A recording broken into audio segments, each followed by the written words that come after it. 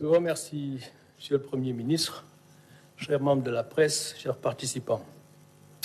Effectivement, en effet, sur ordre du Président de la République, le ministre des Finances et du Budget avait désigné une équipe sous la supervision de l'Inspection générale des finances afin d'élaborer un rapport sur la situation des finances publiques au 31 mars 2024.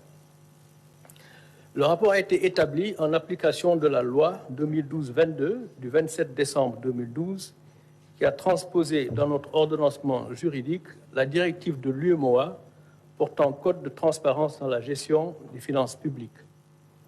Cette loi dispose que, dans les 3 mois suivant chaque nouveau mandat présidentiel, la situation globale des finances publiques, et en particulier la situation du budget de l'État et de son endettement, fait l'objet d'un rapport préparé par le gouvernement. Ce rapport, audité par la Cour des comptes, est publié dans les 3 mois suivants. Alors, le président de la République, fidèle à sa doctrine Jubal-Jubanti, a tenu à respecter les dispositions de cette loi. C'est pour lui et le gouvernement une exigence de transparence, d'abord vis-à-vis des populations, mais également vis-à-vis de nos partenaires et des marchés financiers qui font confiance au Sénégal et qui devront continuer à nous faire confiance. Cet exercice de transparence et de reddition des comptes est également une nécessité pour en tirer les conséquences objectives, notamment pour le référentiel des politiques publiques en cours de finalisation pour opérationnaliser le projet. Alors, les constats. Le rapport sur la situation des finances publiques a révélé que la dette publique du Sénégal et les déficits budgétaires ont été plus élevés que publiés par les autorités sortantes et communiqués à nos partenaires durant la période 2019-2023. Le déficit budgétaire a été annoncé à une moyenne de 5,5% du PIB sur la période 2019-2023. Mais en réalité, il a été en moyenne de 10,4%, soit près du double. La dette publique a été annoncée en moyenne à 65,9% du PIB durant la période 2019-2023. Mais en réalité, elle a été en moyenne de 76,3% du PIB en raison des déficits publics plus élevés que publiés. Ainsi, à fin 2023, par exemple, la dette de l'État central, hors secteur parapublic, est à 15 664 milliards, soit 83,7% du PIB, alors qu'elle était annoncée à 13 772 milliards, ou 73,6% du PIB. Il s'agit donc d'un supplément de dette contractée et non publiée de près de 1 892 milliards, soit 10% du PIB de plus.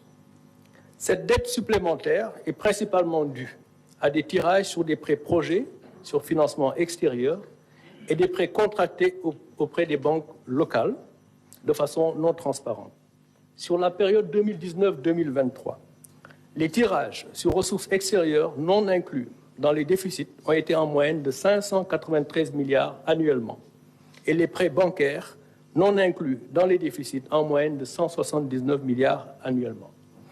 Alors, juste pour expliquer, lorsqu'on parle de tirage donc sur ressources extérieures ou de prêts bancaires qui ont été contractés et dépensés de façon non transparente, en principe, donc, ces dettes devraient se retrouver dans les dépenses. Donc, dans les dépenses et donc dans le financement. Dans le financement de ces dépenses et donc dans la dette. C'est la raison pour laquelle nous disons qu'il y a eu des tirages sur ressources extérieures ou des prêts au niveau des banques locales qui ont financé des dépenses qui n'ont pas été publiées ou en tout cas comptabilisées dans nos déficits budgétaires. Et de ce fait, ces dettes sont à comptabiliser dans la dette et donc on fait l'objet de dépenses qui auraient dû être incluses dans nos déficits. Alors, cette dette supplémentaire, nous disions, est principalement due au tirage sur ressources extérieures et des banques locales. Si on prend l'exemple de l'année 2023, par exemple, le déficit budgétaire à fin 2023 s'établirait aux alentours de 10% du PIB 2023, en y intégrant les tirages sur ressources extérieures et les prêts auprès des banques, alors que le déficit annoncé était de 4,9% du PIB, soit le double. Au-delà de ces chiffres sur le déficit et la dette, l'audit a également révélé que le surfinancement du Trésor public d'environ 605 milliards de francs CFA à fin 2023, c'était un surfinancement qui avait été convenu avec le Fonds monétaire international et qui devait être utilisé pour l'année 2024. Ce surfinancement de 605 milliards de francs CFA a été utilisé pour payer des dépenses non budgétisées et des dettes connues de l'État, contrairement à ce qui avait été communiqué aux partenaires. La non-disponibilité de ce surfinancement en 2024 a nécessité des emprunts non initialement programmés, notamment l'émission d'eurobonds par placement privé de 750 millions de dollars en juin 2024 dernier, et des crédits commerciaux syndiqués de 300 millions d'euros au troisième trimestre. Encore une fois, pour clarifier, il y avait un montant de 605 milliards donc de francs CFA de surfinancement qui devait être disponible en 2024, n'est-ce pas, pour un certain nombre d'obligations. Ces 605 milliards donc, de francs CFA ont été utilisés en bonne partie et donc nous ne les avons pas trouvés dans les comptes lorsque nous sommes arrivés. Donc en conséquence et en attendant la finalisation de l'audit des finances publiques, le gouvernement avait décidé de ne pas porter le dossier du Sénégal au conseil d'administration du Fonds monétaire international suite à leur mission de revue de juin 2024. L'examen du dossier du Sénégal sur la base de chiffres erronés aurait conduit à un cas de ce qu'on appelle le misreporting, c'est-à-dire la transmission de fausses informations pour bénéficier des tirages prévus sur les ressources du Fonds monétaire international.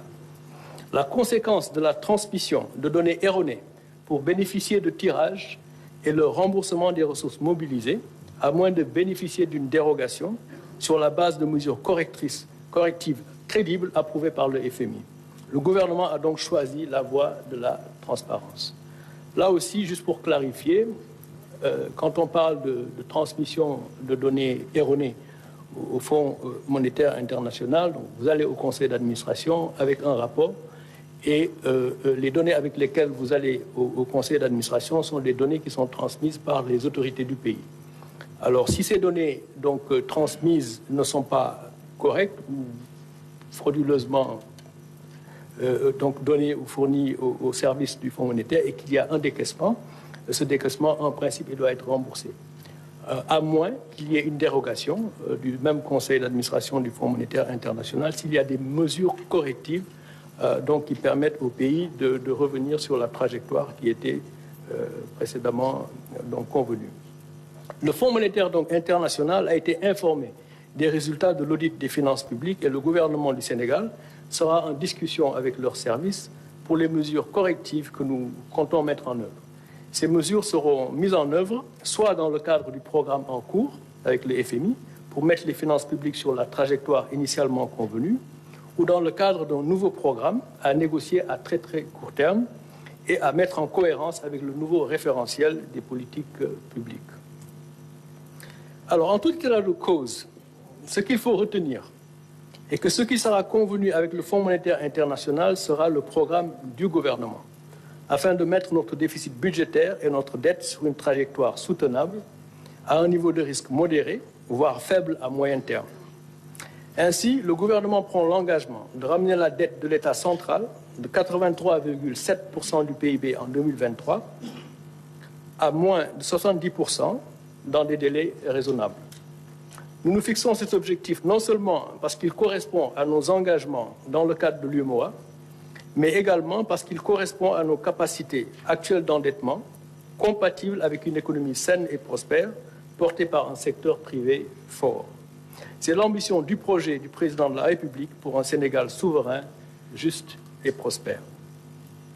En effet, la croissance moyenne sur la période 2014-2023 a été d'environ 5% malgré les déficits budgétaires effectifs d'une moyenne de 10% du PIB, donc 2 fois qu'annoncé. On a eu une croissance moyenne de 5%, on a annoncé un déficit budgétaire en moyenne de 5%, mais ce déficit budgétaire a été en réalité de 10% en moyenne. Cela veut dire que l'action de l'État par l'endettement n'a pas été efficace.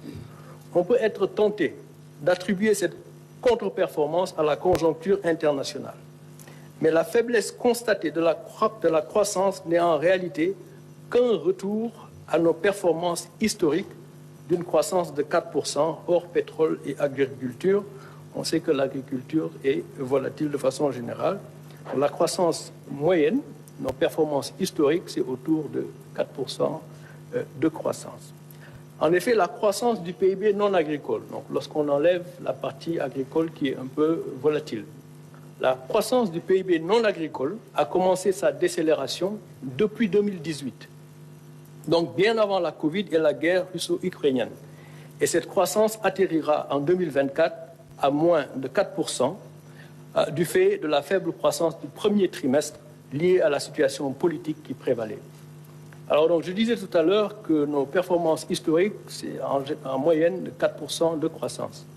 Le premier trimestre, il y a eu une forte décélération, on le sait tous, à cause de la situation politique qui a prévalu.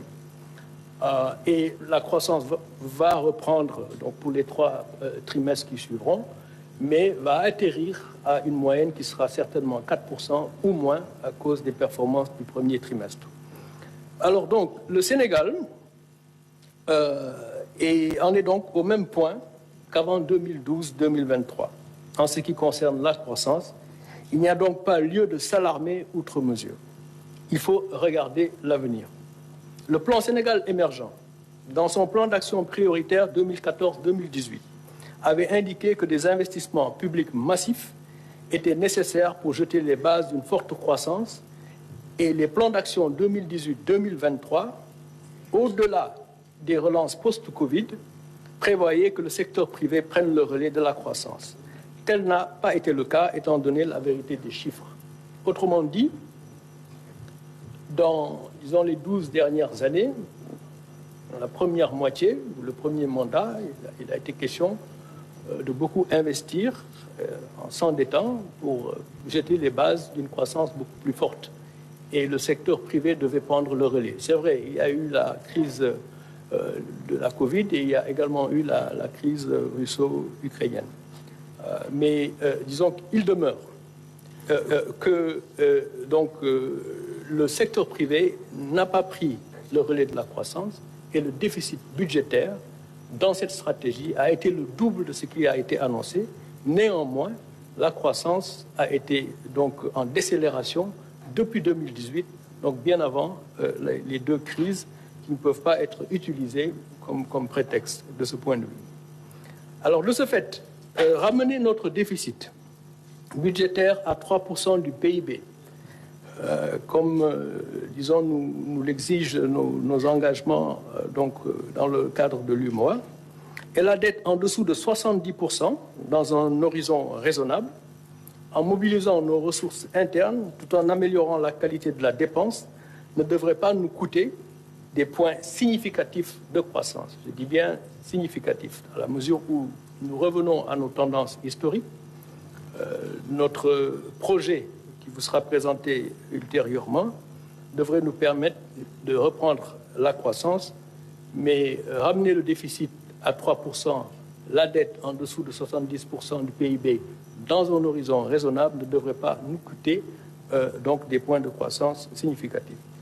Il nous faudra alors faire une revue systématique des projets et des programmes sur financement extérieur pour déterminer ceux qui doivent se poursuivre et ceux qui seront arrêtés. Ce travail est déjà en cours afin d'améliorer l'efficacité des investissements publics.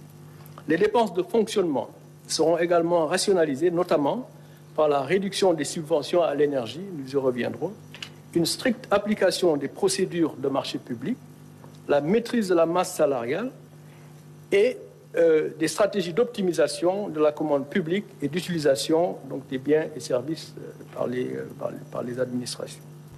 Alors, dans le souci d'améliorer la qualité de la dépense, il s'agira pour le gouvernement de protéger également les couches vulnérables par un meilleur ciblage des bourses familiales tout en éliminant les subventions non ciblées, notamment à l'énergie, pour ceux qui ne devraient pas en bénéficier.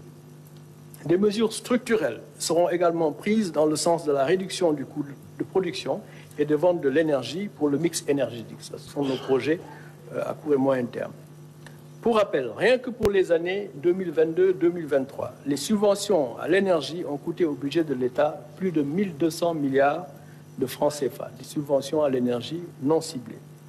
Alors, la mobilisation des ressources internes se fera en réduisant les exonérations fiscales, en élargissant l'assiette fiscale, tout en réduisant les taux d'imposition, pour pouvoir promouvoir le civisme fiscal et en menant des réformes qui inciteront les entreprises à la formalisation. On sait déjà que 97% de nos entreprises sont informelles, donc les inciter à se formaliser permettra également de favoriser le civisme fiscal. Cela va jeter les bases de finances publiques saines, gage d'une souveraineté budgétaire retrouvée, pour mieux accompagner le secteur privé. Alors, comme Monsieur le Premier ministre le disait tout de suite, ce point de presse n'est pas le lieu de discuter des détails du référentiel des politiques publiques, dont le premier draft en cours de finalisation circule déjà, mais il vous sera présenté le 7 octobre prochain. Je vous remercie, Monsieur le Ministre.